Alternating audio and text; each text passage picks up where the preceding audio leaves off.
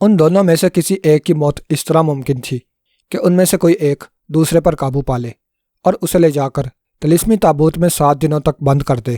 اس طرح اس کی ساری طاقتیں ختم ہو سکتی ہیں، مگر 1000 کوششوں کے باوجود کوئی بھی ایک دوسرے کے قابو میں نہیں آ رہا تھا۔ پھر ان دونوں کو کسی طرح سے معلوم ہو گیا کہ اگر ان میں سے کسی ایک کے پاس امرو عیار کی زنبیل ہو تو وہ دوسرے کو طلسمی تابوت میں قید کر سکتا ہے۔ ایک انسان سے زنبیل حاصل کر لینا کسی جن یا دیو کے لیے مشکل کام نہ تھا۔ وہ دونوں تم سے زنبیل حاصل کرنے کے لیے اس دنیا میں آ پہنچے، مگر بہت جلد ان دونوں کو معلوم ہو گیا کہ تم سے زنبیل حاصل کرنا اس قدر آسان نہیں ہے جتنا وہ سمجھ رہے تھے۔ انہیں معلوم ہوا کہ جب تک تم خود اپنی مرضی سے اپنی زنبیل اپنے لباس سمیت اپنے جسم سے الگ نہیں کرو گے، وہ کسی صورت میں اسے حاصل نہیں کر سکتے۔ وہ تمہیں ہلاک بھی نہیں کر سکتے تھے، کیونکہ اگر تم مر جاتے تو تمہاری زنبیل ہمیشہ کے لیے غائب ہو جاتی، جسے کوئی بھی دوبارہ نہ تلاش کر پاتا اور نہ ہی حاصل کر سکتا تھا۔ اس لیے شہزادی قزلباش نے تمہارے ساتھ اپنا ایک پراسرار سایہ لگا دیا اور ارغال دیو نے ایک طلسمی پتلا۔ ادھر میں بھی یہاں پہنچ گیا، کیونکہ وہ دونوں تو تم سے زنبیل حاصل کر ہی نہیں سکتے تھے۔ اس لیے میں خود تمہاری منت سماجت کرنے کے لیے یہاں آ گیا ہوں۔ میں نے تمہیں ساری بات سچ سچ بتا دی ہے۔ کیا تم ہماری مدد کرو گے اور مجھے کچھ عرصہ کے لیے ادھار اپنی زنبیل دے سکتے ہو، تاکہ شہزادی قزلباش اس خطرناک دیو کو قید کر سکے جس کی وجہ سے جن نگری پر افطار ٹوٹ پڑی ہے؟ اگر تم میری بات مان لو تو میں تمہیں اس قدر انعام و اکرام دوں گا جس کا تم تصور بھی نہیں کر سکتے۔ میں تمہاری دنیا میں 7 ایسی غاروں کے بارے میں جانتا ہوں جن میں سونے چاندی سے لے کر دنیا بھر کے نایاب ہیرے بھرے ہوئے ہیں۔ جاٹاب جن کہتا چلا گیا، او تو تم اصل میں مجھ سے میری زنبیل لینے کے لیے آئے ہو، مگر مجھے افسوس ہے کہ اب وہ زنبیل میرے پاس نہیں ہے۔ تمہاری غلطی کی وجہ سے میری زنبیل کو ارغال دیو کا پتلا لے جانے میں کامیاب ہو گیا ہے۔ امرو نے اس کی ساری بات سن کر جواب دیا، اور امرو کی بات سن کر جاٹاب جن بری طرح سے اچھل کر کھڑا ہو گیا۔ اس کا چہرہ سرخ ہو گیا تھا۔ کیا کہا؟ ارغال دیو کا پتلا زنبیل لے گیا ہے؟ او یہ تم کیا کہہ رہے ہو؟ جاٹاب جن نے بری طرح سے چیختے ہوئے کہا، اور امرو نے اسبات میں سر ہلاتے ہوئے پتلے کے زنبیل لے جانے اور شہزادی قزلباش کے پراسرار سائے کے بارے میں ساری بات بتا دی، جسے سن کر جاٹاب جن سکتے میں آ گیا۔ اس کی آنکھیں ایک لمحے کے لیے پتھرا کر رہ گئی تھیں۔ دوسرے ہی لمحے وہ بری طرح سے دوڑتا ہوا نہایت تیزی کے ساتھ غار سے باہر بھاگتا چلا گیا۔ امرو عیار نے اسے بہت آوازیں دیں، مگر جاٹاب جن نے جیسے اس کی آوازیں سنی ہی نہیں، اور دیکھتے ہی دیکھتے وہ غار سے نکل کر زور سے اچھلا اور نہایت تیزی سے آسمان کی جانب بڑھتا چلا گیا۔ امرو بھی تیزی سے اس کے پیچھے بھاگ کر غار سے باہر آ گیا، مگر اتنی دیر میں جاٹاب جن آسمان کی بلندیوں پر پہنچ چکا تھا۔ اسے اڑتے دیکھ کر امرو عیار پریشانی کے عالم میں ہونٹ بھینچ کر رہ گیا۔ کیا میں تمہاری کوئی مدد کر سکتا ہوں امرو بھائی؟ اچانک ایک باریک سی آواز سن کر امرو بری طرح سے اچھل پڑا۔ اس نے پلٹ کر نیچے دیکھا اور پھر اس کی آنکھیں حیرت کی زیادتی سے پھیلتی چلی گئیں۔ اس کے قدموں کے پاس ایک بالشت بھر کا عجیب سا بونا کھڑا تھا۔ اس بونے کی آنکھیں گول گول تھیں، لمبی سی ناک اور نوکیلی تھوڑی، جس پر لمبی داڑھی تھی۔ اس کے سر پر پھندنے والی ٹوپی بھی تھی۔ وہ اپنی گول گول آنکھوں سے مسکراتے ہوئے امرو کو تکے جا رہا تھا۔ تم کون ہو؟ امرو نے اس کی جانب دیکھ کر حیرت زدہ انداز میں پوچھا۔ میں اس غار کا بونا ہوں، میرا نام ہابو ہے۔ میں نے تم دونوں کی ساری باتیں سنی ہیں، خاص طور پر میں نے تمہارے بہت سے کارنامے سن رکھے ہیں۔ تم نے کئی بار ہمارے بونے ساتھیوں کی بھی مدد کی ہے۔ مجھے بے حد اشتیاق تھا کہ میں تم جیسے انسان سے مل سکوں اور تمہارے کسی کام آ سکوں۔ یہ میری خوش قسمتی ہے کہ آج تم خود میری غار میں آ گئے ہو۔ تم بڑے پریشان نظر آ رہے تھے، اس لیے میں نے تم سے پوچھا تھا کہ کیا میں تمہاری کوئی مدد کر سکتا ہوں؟ بونے نے مسکراتے ہوئے جواب دیا، او تم میری کیا مدد کر سکتے ہو؟ کیا تم ارغال دیو سے میری زنبیل مجھے واپس لا کر دے سکتے ہو؟ امرو نے اس سے جلدی سے پوچھا۔ زنبیل تو میں تمہیں لا کر نہیں دے سکتا، مگر میں تمہیں ارغال دیو کے محل میں ضرور پہنچا سکتا ہوں۔ ارغال دیو نے اور اس کے ایک خاص بوڑھے دیو نے گو اپنے محل کے گرد نہایت خوفناک حفاظتی انتظام کر رکھے ہیں، اور وہاں جانا کسی بھی طرح سے ممکن نہیں، مگر میں تمہیں زمین کے اندر ہی اندر سے لے جا کر دیو محل میں پہنچا سکتا ہوں۔ بونے نے چند لمحے سوچنے کے بعد جواب دیا، او اگر تم مجھے اس ارغال دیو کے محل میں پہنچا سکتے ہو تو اس سے بھلا اور اچھی کیا بات ہو سکتی ہے؟ جلدی کرو اور مجھے ابھی اور اسی وقت دیو محل میں پہنچا دو۔ وہاں پہنچ کر میں ارغال دیو سے اپنی زنبیل خود ہی حاصل کر لوں گا۔ امرو نے اس کی بات سن کر خوش ہوتے ہوئے کہا، اچھی طرح سوچ لو امرو عیار، میں تمہیں دیو محل میں پہنچا تو سکتا ہوں، مگر اس کے بعد میں تمہاری کوئی مدد نہ کر سکوں گا۔ اس دیو کے محل کا نام ہی دیو محل نہیں، وہ سچ مچ کا دیو محل ہے، اور وہاں کی ایک ایک اینٹ میں موت چھپی ہوئی ہے۔ جہاں سے بچ نکلنا مشکل ہی نہیں ناممکن بھی ہو سکتا ہے۔ بونے نے اسے خبردار کرتے ہوئے کہا، میں موت سے نہیں گھبراتا بونے میاں، تم نہیں جانتے وہ زنبیل میرے لیے کیا اہمیت رکھتی ہے۔ اس کے بغیر میں بالکل ادھورا ہوں۔ کچھ بھی ہو مجھے اپنی زنبیل ضرور حاصل کرنی ہے۔ تم یہ سب باتیں رہنے دو اور مجھے جلدی سے ارغال دیو کے دیو محل میں پہنچا دو۔ ارغال دیو اور اس کے دیو محل کو نیست و نابود کرنا میرا کام ہے۔ تم مجھے وہاں پہنچا دو، اس کے بدلے تم مجھ سے جو مانگو گے میں دوں گا۔ امرو نے اس کی خوشامد کرتے ہوئے کہا اور بونا اس کی بات سن کر ہنس پڑا۔ میں جانتا ہوں امرو، تم اپنی زنبیل کو حاصل کرنے کے لیے کیوں بے تاب ہو رہے ہو۔ اس میں تم نے دنیا بھر کی دولت اکٹھی کر رکھی ہے۔ بہرحال میں تم سے کچھ نہیں مانگوں گا۔ ہاں تمہارے کہنے پر میں تمہیں دیو محل میں ضرور پہنچا دوں گا، آگے تمہاری قسمت۔ بونے نے سر ہلاتے ہوئے جواب دیا، تمہاری یہ بات سن کر کہ تمہیں انعام کا بالکل بھی لالچ نہیں ہے، میرا دل چاہتا ہے کہ میں تمہارا منہ چوم لوں، مگر تم چوزے جتنے بونے ہو۔ اب کیا کروں، اگر میں نے تمہارا منہ چومنے کی کوشش کی تو تم سالم کے سالم میرے منہ میں چلے جاؤ گے، اس لیے میں ایسا نہیں کر سکتا۔ ہاں البتہ تمہاری اس نیکی کے بدلے میں تمہیں دعائیں ضرور دے سکتا ہوں کہ اللہ تمہیں تمہارے جتنے بونے بچے دے اور تمہاری ایک ساتھ 4 خوبصورت بونیوں سے شادی ہو جائے۔ امرو نے کہا اور ہابو بونا ہنس پڑا۔ رہنے دو ایسی دعائیں، میں نے مزید 4 شادیاں کر کے اپنی بیوی سے اپنی ہڈیاں نہیں توڑوانی، وہ پہلے ہی بہت لڑاکا ہے۔ اگر اس نے تمہاری یہ دعا سن لی تو میرے ساتھ ساتھ وہ تمہیں بھی پیٹ ڈالے گی۔ اس سے پہلے کہ وہ یہاں آ جائے، آؤ میں تمہیں دیو محل میں پہنچا دوں۔ ہابو بونے نے مسکراتے ہوئے کہا اور امرو نے اس بات میں سر ہلا دیا، اور ہابو بونے نے امرو کو غار میں چلنے کو کہا۔ امرو آہستہ آہستہ اس کے ساتھ غار میں چلنے لگا۔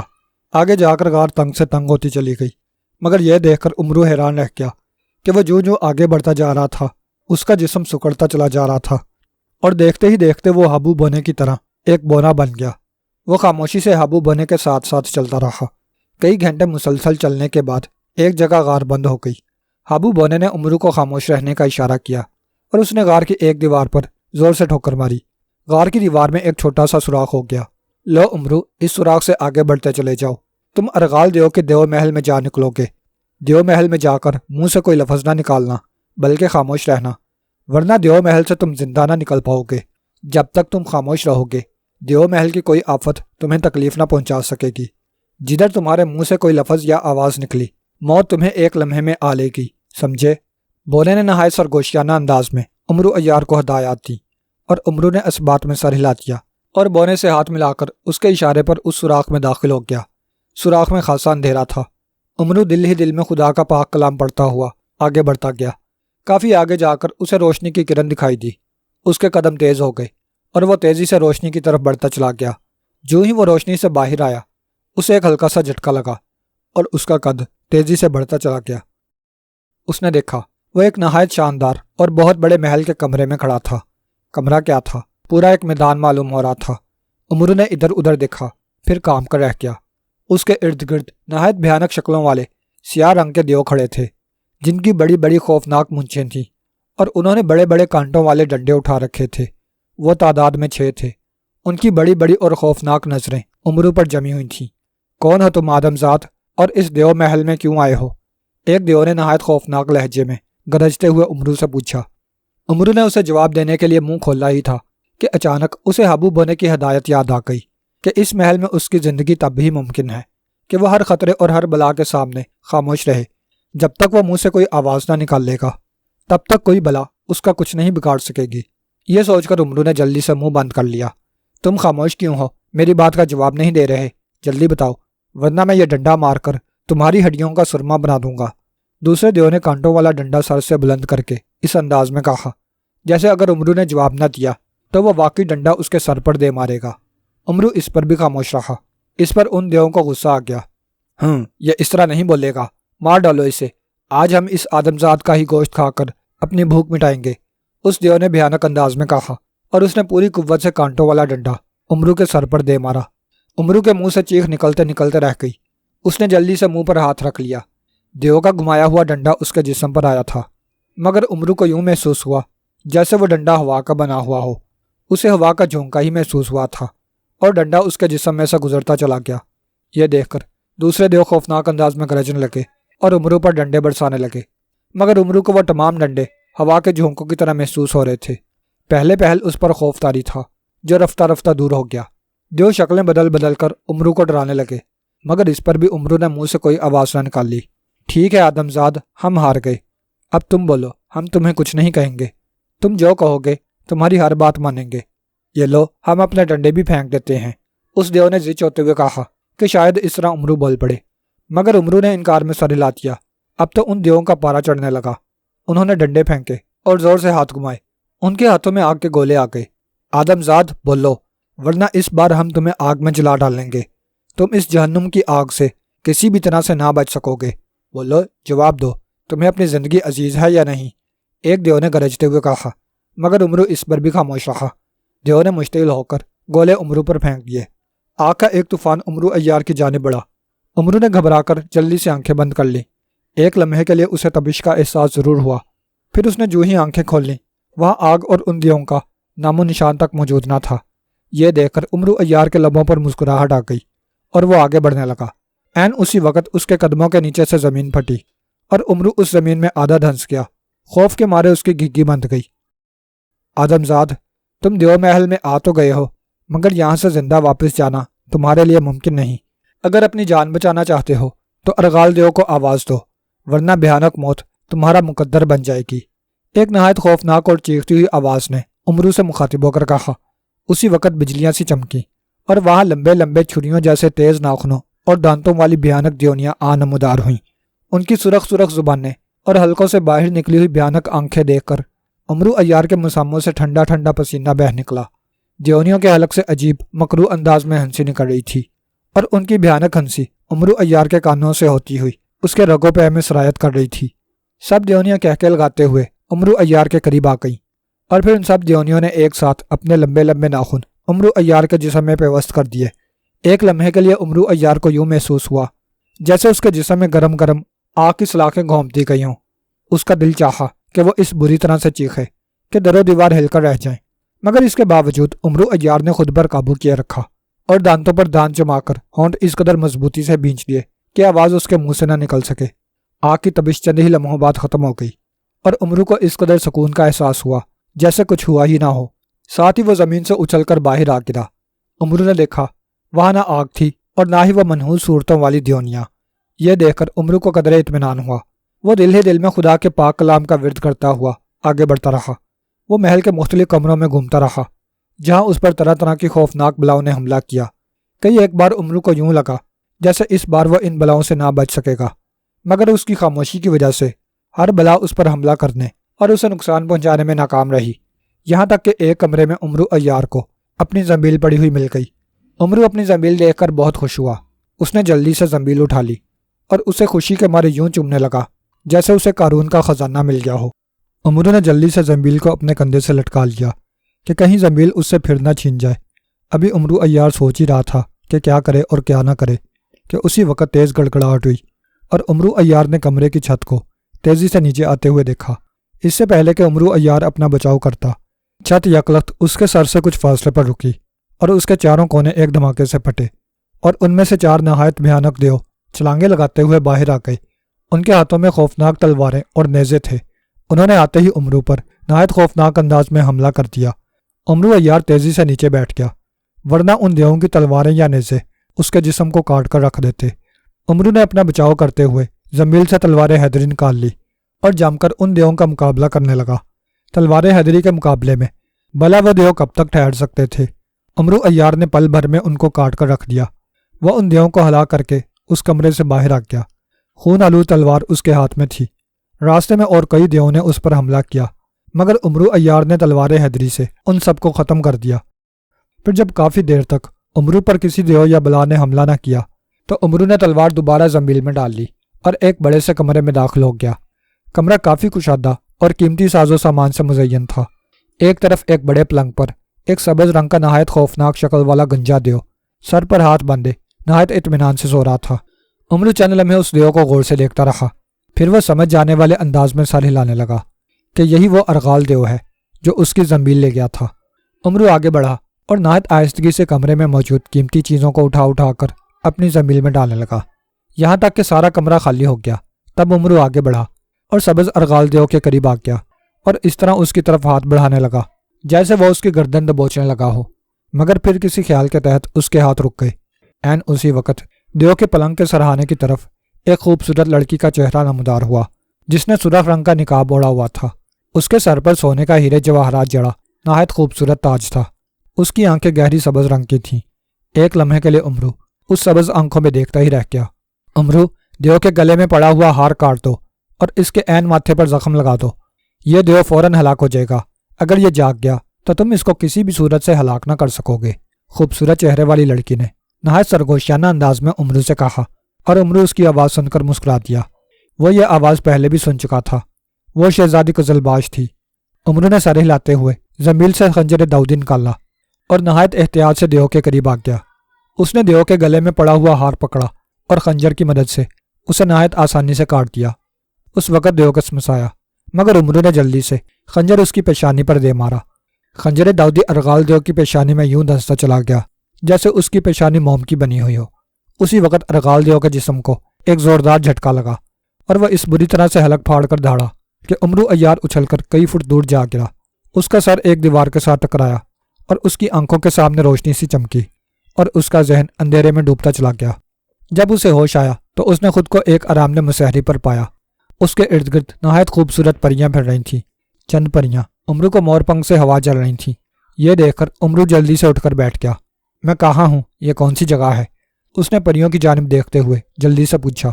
تم اس وقت برستان میں ہو امرو عیار۔ تمہیں یہاں ہماری شہزادی قزلباش اور جن شہزادہ جاٹاب لائے ہیں۔ تم نے ان کی جان بچائی ہے۔ وہ تم سے بہت خوش ہیں اور انہوں نے تمہیں اپنا مہمان بنا لیا ہے اور ہمیں تمہاری خدمت پر مامور کر رکھا ہے۔ ہمارے لائق اگر کوئی حکم ہو تو بتاؤ۔ ایک پری نے جھک کر امرو کو سلام کرتے ہوئے نہایت مؤدبانہ انداز میں کہا اور امرو نے مطمئن انداز میں سر ہلا دیا۔ امرو عیار کو ان پریوں نے مشروب خالص پیش کیا جسے امرو عیار نے فوراً پی لیا۔ امرو کو ان پریوں نے انواع و اقسام کے کھانے پیش کیے جو امرو نے زندگی بھر نہ کھائے ہوں گے، اور پھر کچھ دیر بعد شہزادی قزلباش اور جاٹاب جن وہاں آ گئے تو انہوں نے امرو کا بہت شکریہ ادا کیا۔ انہوں نے بتایا کہ جس وقت ارغال دیو کو امرو نے ہلاک کیا تھا اس وقت محل کے سارے دیو پاگل ہو گئے تھے اور انہوں نے پاگل پن میں دیو محل کو مسمار کر کے رکھ دیا تھا۔ اگر جاٹاب جن امرو کو وہاں سے نہ نکال لاتا تو اس کا زندہ رہنا مشکل تھا۔ امرو نے اپنی جان بچانے پر جاٹاب جن کا بھی شکریہ ادا کیا۔ وہ کئی روز تک برستان میں ان کا مہمان رہا۔ جن شہزادی قزلباش اور جاٹاب جن نے امرو کو نہ صرف اپنے برستان کی سیر کرائی بلکہ اسے اتنے قیمتی اور خوبصورت تحفے دیے جنہیں پا کر امرو کی خوشی کی انتہا نہ رہی۔ پھر ایک روز امرو ان سے اجازت لے کر اپنے وطن کی جانب روانہ ہو گیا۔